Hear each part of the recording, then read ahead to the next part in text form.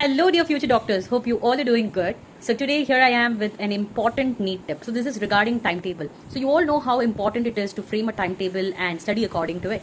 But now let me give you an important tip based on that. It's very good if you're framing your timetable and it is reflecting your study preferences, strengths and weaknesses. For example, allocating more time on a topic where you find you are a little weak, right?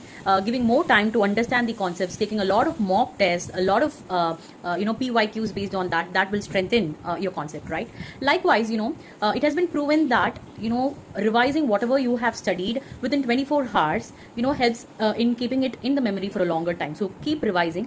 I know that you're very busy revising your concepts, doing a lot of mock tests and all, but ensure that you give adequate amount of breaks in between, which is very important. This is to avoid burnouts.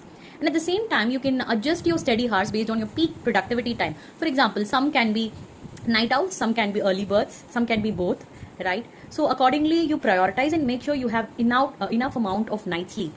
Also please know that you can never compensate your night sleep with your day sleep. So make sure that you have enough amount of night sleep, which is very essential, right? And make use of your time effectively. So these are few tips while you frame your timetable. Okay, keep that in your mind, and that is going to make wonders, right? That you can see reflecting in your scores as well. All the best for your NEET 2025 exam. And children, stay calm, composed, keep yourself hydrated, as I always say. Yeah, all the best for your exams, and ta-da, bye-bye, take care.